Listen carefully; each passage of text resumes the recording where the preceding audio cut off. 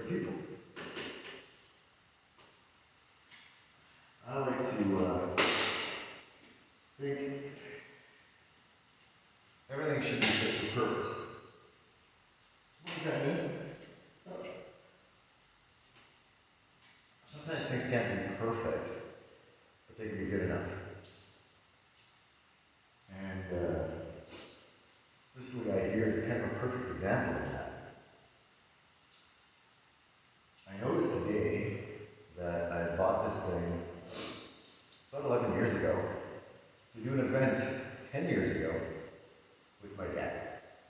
And so we did the Algarve Classic Car in 2014. It was great. I enjoyed it. It was fun. My dad enjoyed it. We had a great time. My dad's pretty sick now, and we'll probably never do that event again. I'll never do it with him again. And so in the last decade, this car has been, somewhat completed. It kind of sits here, and when I get back to Portugal, I get it inspected, I put some insurance on it, and I drive it around for a day or two, and I put, 100, 200 kilometers. Some years all it does is it goes back and forth to the inspection station. So that's, unfortunately, not fit for purpose. When I came just now, so in October, and the reason I'm here is I'm meeting with some customers here, I had kind of gotten the idea that maybe I was going to buy kind of a local jump car and drive it from Portugal all the way to Germany to do some laps of the Nürburgring. And the reason I was going to do that was because you can't. I mean, it's something anyone who's into cars can actually do. And but then I thought, well, okay, so what do I do it with? I didn't really care. I brought 1,000 euros with me, and I said that's going to be my max budget. So I'm going to buy something for 1,000 euros and use that next year to go to Nürburgring. Anyway, I called a couple of guys. There was one that I was really, really interested in. It was like an 89 Jetta with a 1.3. We didn't even get these things in Nürburgring. The car looked really pretty. And I don't know, the guy just ghosted. I can't find him. I don't know where he is. So, the hell with it. Then I kind of toyed with the idea of maybe I'd take my dad's car, because obviously my dad's not going to drive. But that's, it's a pretty good car. It's a 2000. It's not that it's worth a ton, but it's diesel. It doesn't quite make the right noises, but it goes good. And so today's Sunday. It's just pouring rain outside. Not much to do. And this car has to be inspected by the 8th of November. So sometime this week coming up, it's not this pouring rain probably, and in between customers, I'm going to take it to inspection, and it'll be good for another year. And then I thought, well, what am I going to do with it, right? I mean, it's kind of pointless. I already have 3 other cars to have inspected every year. So I have my mom's Accord in the back, I have my dad's Fiat, and then I have this thing. And it's not that it's crazy expensive, it's, I don't know, 30 bucks, 30 euros, whatever. And this one doesn't even pay MOT or plates or whatever you want to call it. Like it doesn't pay any road tax. So that's the reason why I decided to keep it on. It costs nothing. Insurance is like $60 or 50 euros a year. And that's it. That's my total expense on this car. Other than whatever stuff falls off, maintenance, whatever. When I did the car 10 years ago, this thing looked okay in pictures, and I bought it sight unseen all the way up north. And trusted the guy. I got there, it looked alright. Picked it up in the pouring rain. There was no blades left on the wipers. The frames were there, but there was no blades. So driving home, like 700 kilometers. That was a bit exciting in the rain. I didn't know the car. The car ran okay, but then it died. Like literally 30 kilometers from the house, it died. And so I had to have it towed. The next morning, we changed the points on it, and it was fine. But doing that, you know, I saw the plugs had never been done, or hadn't been done in a long time. The spark plug wires were like stone. They were like sticks. They had no flex at all. Everything was worn out. So I did that. I checked the brakes. The brakes were done. I put new discs, new pads, new flex hoses, serviced the back, adjusted the brakes, got everything to work right. And the following year, the car was entered in the Algarve Classic Car. And so we made a special trip in July just to do that. And it's hot, man. It's hot in Portugal in July. And the car performed really well. And actually, my dad was the one that commented and said, I don't understand this car because the more you beat on it, the better it runs. And it did. By the end of the week, this thing would start like right away. It would start mint. It would run perfect. It would idle. And it performed well. It did okay. It never let us down. So over the last couple of years, I've done a few service things. I noticed that the water pump area was weeping.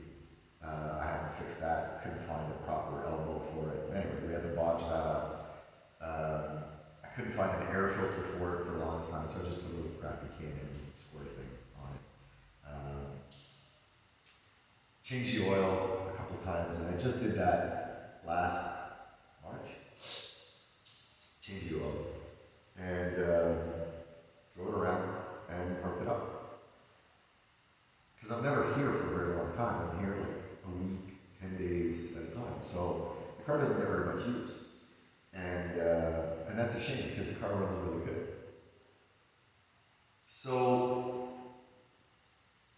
since I can't really commit to buying another car just to go to the Nürburgring, and I don't want to break my dad say that because that's what I use when I'm down here to go back and forth to customers, and it's diesel.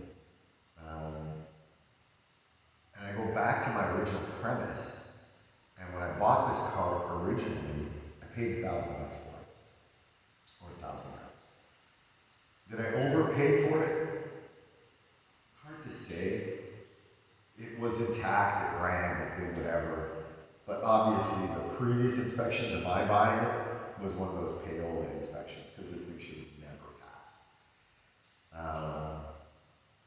But anyway, now I can get the pass. It pretty much passes every year, and there's no notation. So usually if there's like an issue, it tells you it's noted, and then you got to get corrected for the following MOT. So since it's only $1,000, and yes, I did spend some money over the years servicing it, and a couple of years ago, I had asked my parents in 2019, just before my dad had a stroke, I asked my parents to inquire with their upholstery guy, because they had the headliner redone on the Fiat, and it was cheap and it's really well done. And I said, look, can you have these guys come over, take a look at the seats, and see if you can fix it? Because the two front seats were just sun-dried, the foam was all crappy, whatever. And the back seat, the top, like where the sun beats on it, was awful. But the car was serviceable, and I couldn't really find seat covers for it. So I said, look, if the guys can do a decent job, it's $100, get it done, I'll pay for it. And so they were here for an extensive period of time. They would spend a good chunk of the summer with. And my mom sent me some pictures of the seats all redone, and they looked amazing. And I kept asking her, so how much was it, were they reasonable, all that stuff. She didn't really say it. Anyway, long story short, it ended up costing $1,000, or $1,000. They look fantastic. I'll show you in a second. So the car looks really nice inside, and my parents didn't even want me to pay for it. They they said, no, it's fine. It's a gift. I said, okay, man, thanks, I appreciate it. And I love getting in the car. I love that it looks good now. That it's not disgusting to sit in. There's not like 6 pounds of dust that comes out of it every time you sit in the seat. But I'm not a museum piece kind of guy. So I like to use my stuff. I don't necessarily like to abuse it, but I like to use it. And it goes back to that fit for purpose, right? So if the car runs well, and it fits the original mandate of the $1,000, and don't get it twisted, you're not going to come to Portugal, buy a $1,000 car and not spend a dime on it. The cars here get used to the end. Cars are really expensive here. And now they've changed some stuff around with the cost of the plates, or whatever you want to call it. They call it IUC, IUC. So it's the individual tax allowing you to circulate. So your road tax. And so cars from like pre-2007 were really dirt cheap, and now they're going to bring them up to post-2007 costs. And so there's big stink about that, but you know what? It is what it is. You guys had a pretty good free ride. And now you're going to have to pay. Look at it. I have a bunch of cars in Canada, and nobody cares that you pay what you pay. And you pay based on the engine size, and you pay based on the road usage. So none of that changes. But I mean, it's great. Right? My mom's Honda was like 30 euros a year, 28 euros a year. My dad's Fiat is like 35. It's going to pay a lot more now, eventually. But you know what? It wasn't so bad. I can understand people here earn very little. There's a lot of people on minimum wage, which is like 1,000 euros a month. And so every little bit helps. But this one doesn't pay anything. So I have $1,000 or €1,000 car, pays no road tax. Insurance is €55 a year. With towing. And travel assistance. So I thought, can this go from the Algarve to the Nürburgring, do some laps of the Nürburgring, and back to the Algarve? I don't know. Do I want to try? Yep. Do I think it's fit for purpose? Yep. Is there a point to the trip? Nope. No, there's no point. Not everything has to have a point. Not everything has to have a purpose. But if you find a purpose, is the tool fit for the purpose? I don't know. I think so. What's the worst that can happen? It breaks. So it broke. You can fix it. Mechanically. What if it breaks in Germany? Can be fixed. Mechanically. Worst case, it gets pulled back or shipped or fixed there or sold. Do I need this car? No, I don't need a car. I don't live here. So, like I said, I'm here a couple of weeks a year, now and again. And for the most part, I come up here to fool around. I mean, yes, I come to see some customers, but the weather's nicer here than in Canada, for the most part. And since I was born here, and I can come back here, and I have permission to own a car here because I'm a citizen. I know. But it's pointless to have it here and not use it. So that's what I think I'm going to do. In 2024 makes a decade, this car turned wheel in anger, in competition. Algarve classic cars isn't a competition. But you can get, you can get a shift on it. So, and you can, toss your car out. And it's all done in the guise of an organized thing, and it raises money, all kinds of stuff. So, this Fiat 128, which is, I believe, in 1974. I'd have to check the reg, but I'm pretty sure it's 1974. So it's going to go to the Nürburgring for its 50th anniversary. So it'll be 50 years old when she gets there. Not quite, because it'll be 50 in November. I have no idea when it was built, but I know it was registered in November. But it's close enough that we can say it's fine. So we're going to go to the Nürburgring. We're going to do a couple of laps, 2, 3, 4. I don't know, depends how much I like it. And then we're going to drive it back. And if it goes all the way there and all the way back, that should be right around 5,000 kilometers. So, can you take a 50-year-old Italian car made out of papier-mâché, because these things weren't really made out of steel, they just crumble. And like I said, this one has some rot here and there. It looks great from the distance you're probably seeing it at. But if you were to get up close and personal, there's some things that I'm not going to restore this car.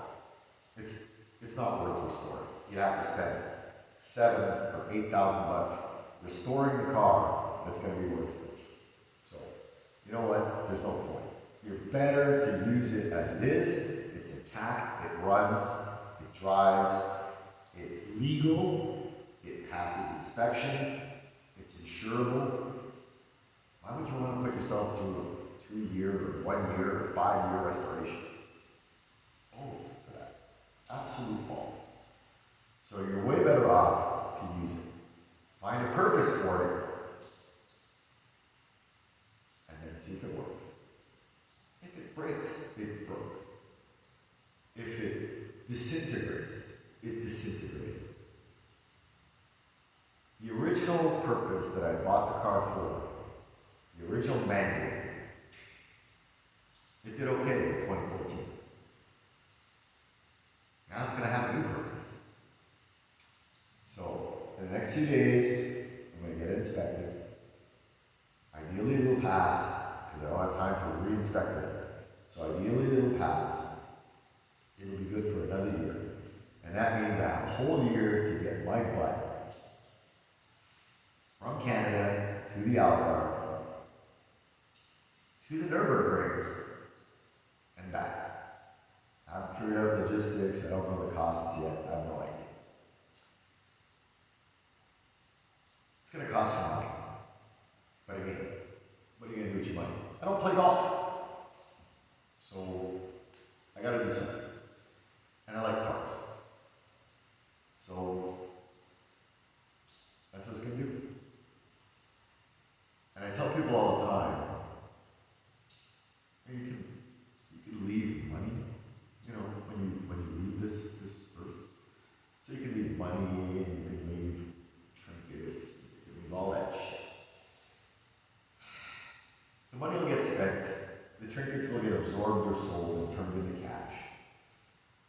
But the one thing that's super cool to leave behind is stories. And so I'm trying to live my best life and leave stories that my kids can tell my grandkids. And that way, I exist a little bit longer. Because it'll be, you know what your granddad did? You know what Papa did? And that's priceless. I don't care how many freaking rounds of golf you play. So, all that being said, let me just pause this, or yeah, I guess I gotta pause this. I'll pause this because I don't know how to do it now. So this was one take. I'll pause this, I'll show you around the car real quick, and I'll show you the inside. You'll see the seats, to which I'm eternally grateful to my mom and my dad. And stay tuned.